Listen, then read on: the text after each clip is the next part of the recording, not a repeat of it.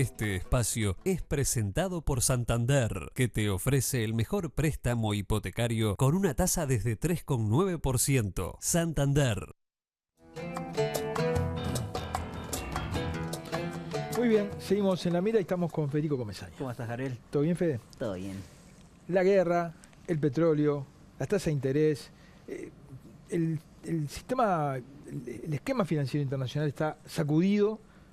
¿Cómo nos impacta eso, Fede? Bien, bien. Analicemos un poco qué es lo que está pasando. Sí, es un cambio en el contexto financiero internacional. Como vos decías, hay varios elementos que entran en juego y sin duda que nos pega. Y nos pega en distintos escenarios. Algunas dimensiones nos pegan favorablemente, otras negativamente. Pero analicemos en su globalidad qué está pasando y hacia dónde nos impulsa este nuevo contexto financiero. Bien. Primero que nada, hay un cambio muy grande en las prioridades de la Reserva Federal de Estados Unidos. Veíamos a principio de mes una suba de tasas, la mayor suba de tasas en una única oportunidad, medio punto, es el alza de tasas más grande desde el año 2000. Con lo cual, en 22 años hay una respuesta, digamos, fuerte de la Reserva Federal y una dirección, además, marcada por Powell, que dice, vamos a seguir aumentando las tasas. Recordemos, tasas bajas implica un impulso al crecimiento económico, un impulso al empleo, a la inversión, al gasto. Unas tasas más altas, una suba de tasas, lo que implica es, bueno, ralentización económica, pero un combate a la inflación, una mayor propensión a ahorrar. Veamos qué es lo que está mirando Estados Unidos. En primer lugar, mira este indicador, que es el Producto Interno Bruto. Una economía estadounidense que había tenido una caída muy fuerte producto de la pandemia, allá por el año 2000, hasta el primer trimestre de 2001. Luego una recuperación muy rápida para luego estabilizar el crecimiento en un 3,4% en el primer trimestre de este año, que es mayor al que tenía en el periodo prepandemia. 2019 fue de un 2,2-2,3% en promedio. Hoy estamos en un 3,4% en una economía que es incluso más grande de lo que fue antes de la pandemia. Entonces, Estados Unidos dice, bueno, ya hay un nivel de recuperación importante con una generación de empleo importante. Ahora, el problema que se generó y se generó en los últimos 12 meses principalmente, tiene que ver con esto otro, que es la inflación. Que en enero de 2021 era de 1,4%.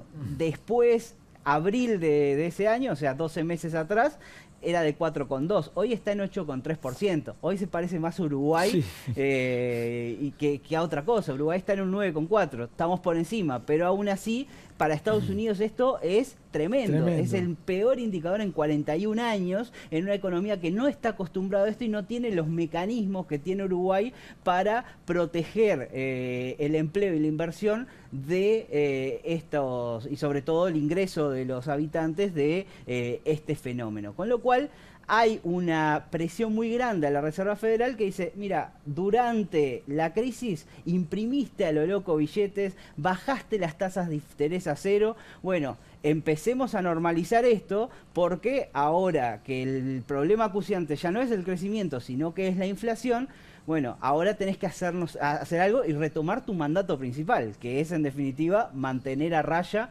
los precios. Esto en un contexto en el cual el mundo está enrarecido, porque no solo cae en un momento en el cual, bueno, sí, la propia política monetaria incentiva los precios, pero hay otros elementos que tienen que ver con la oferta mismo que están afectando los precios, que es la guerra en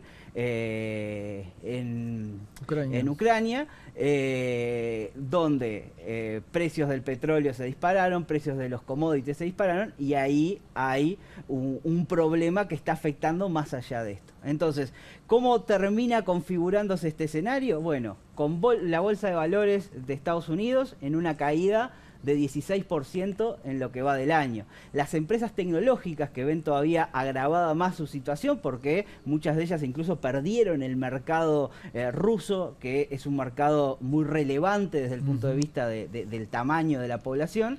25%, con empresas como Netflix, que cayeron un 70% en los últimos 12 meses. Hasta incluso el mercado de las criptomonedas, el Bitcoin cae 36% en lo que va del año. Un mercado que parecía despegado de todos los otros y que podía llegar a ser una alternativa, bueno, en realidad correlaciona bastante bien con el Nasdaq, con las acciones tecnológicas, y también se viene abajo. Con lo cual hay una caída generalizada de las acciones. Uno podría esperar, bueno, ¿y qué pasa con los precios de las cosas? Los precios, en particular los commodities, que también cuando las tasas subían históricamente, los precios de los commodities tendían a bajar. Bueno, vemos el petróleo y si bien, si lo comparamos con aquel pico de marzo, está más bajo, todavía está un 45% más alto de lo que estaba al principio del año. Los productos que Uruguay exporta, 25% más altos que al principio del año. Con lo cual acá empezamos a ver ciertos impactos. Esta suba de tasas no trae aparejada una caída de los precios de exportación de Uruguay. Esa es una buena noticia. Porque hay otro fenómeno más fuerte todavía, que es la guerra en Ucrania, que está haciendo que esos precios tengan un piso. Y es un piso muy alto. Lo mismo con el petróleo sigue estando alto, pero en el balance petróleo y precios de las exportaciones, por más que las exportaciones uruguayas hayan subido un poco menos, pero eso a Uruguay le pesa, y en la propia balanza de pagos de Uruguay también pesa mucho, y es un elemento que hace que el dólar en Uruguay esté hoy con cierta tensión a la baja. Es decir, si lo vemos a lo largo de lo que va del año, hay una baja de 7% en el precio del dólar. Sí, subió, se recuperó de 40 a 41, casi 42 en las últimas 2 semanas, en lo que va de mayo. Pero aún así es todavía estamos 7% por debajo que al inicio del año. Igual el aumento del volumen de las ventas de los commodities y los precios de alguna manera solapan esta caída con impacto para los exportadores. Exactamente, ¿no? En particular eso. Y hay un elemento que a veces no se tiene en cuenta, que es que el propio aumento de los precios de los productos de exportación hace que entren más dólares al país, y eso presiona a la baja el tipo de cambio. Entonces, la propia bonanza que atraviesa el sector exportador es parte del problema que hace que el dólar baje, o por lo menos tenga cierta presión a estar por debajo de... Y eso es un elemento... Menos ganan. Es una cosa loca, pero es así. Es así. Y lo que está llevando toda esta situación es que en Uruguay también, bueno, tenemos presiones inflacionarias, la Reserva Federal, o sea, el Banco Central Uruguayo, también reacciona subiendo las tasas de interés, y esto también está trayendo, bueno, ciertas tensiones a nivel de tipo de cambio, inflación y demás. Por último, otro elemento a tener en cuenta para visualizar este escenario internacional tiene que ver con, bueno, ¿y qué pasa con la deuda uruguaya y lo que paga Uruguay por emitir deuda? Recordemos, todavía tenemos un déficit muy grande que financiar, nos suben las tasas de interés internacionales, el mercado además se pone nervioso, cuidado con que nos encarezca demasiado el crédito. Bueno, eso en particular, y en esta última gráfica lo vemos, no es un problema que esté sucediendo hoy. Esto es desde el 2019 a hoy, cómo ha evolucionado el riesgo país de Uruguay.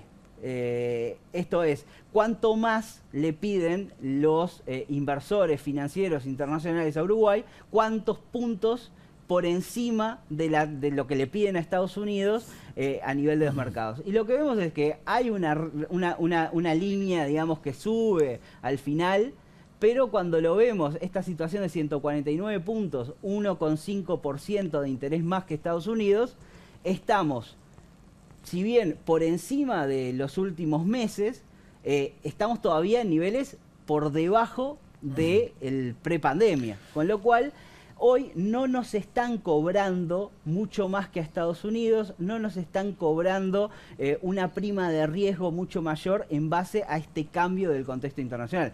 era uno de los riesgos más grandes que podía tener esta reversión de las tasas de interés. Bueno, todavía eso no se está viendo. No quiere decir que la cosa se complique aún más y el mercado empieza a diferenciar a los bonos uruguayos. Bueno, eso puede pasar, pero no es el escenario más probable, y eso es algo que trae mucha tranquilidad y debería traer mucha tranquilidad al público en general, pero sobre todo al gobierno, que es el que va a tener que ponerse al hombro el financiar la deuda con lo que queda de gobierno. De hecho, cuando el gobierno arrancó, uno de los temores que había era que las calificadoras no pudieran tocar el nivel de crédito, exactamente, ¿no? Eso no pasó, seguimos bien evaluados y los mercados tampoco, porque recordemos que muchas veces las calificadoras responden con cierto retraso. Bueno, el mercado hoy no nos está penalizando y esa es una buena noticia de cara al futuro. Vamos a tener que bancar una inflación más grande, pero a nivel del déficit no estaría obligando a un cambio brusco en el juego.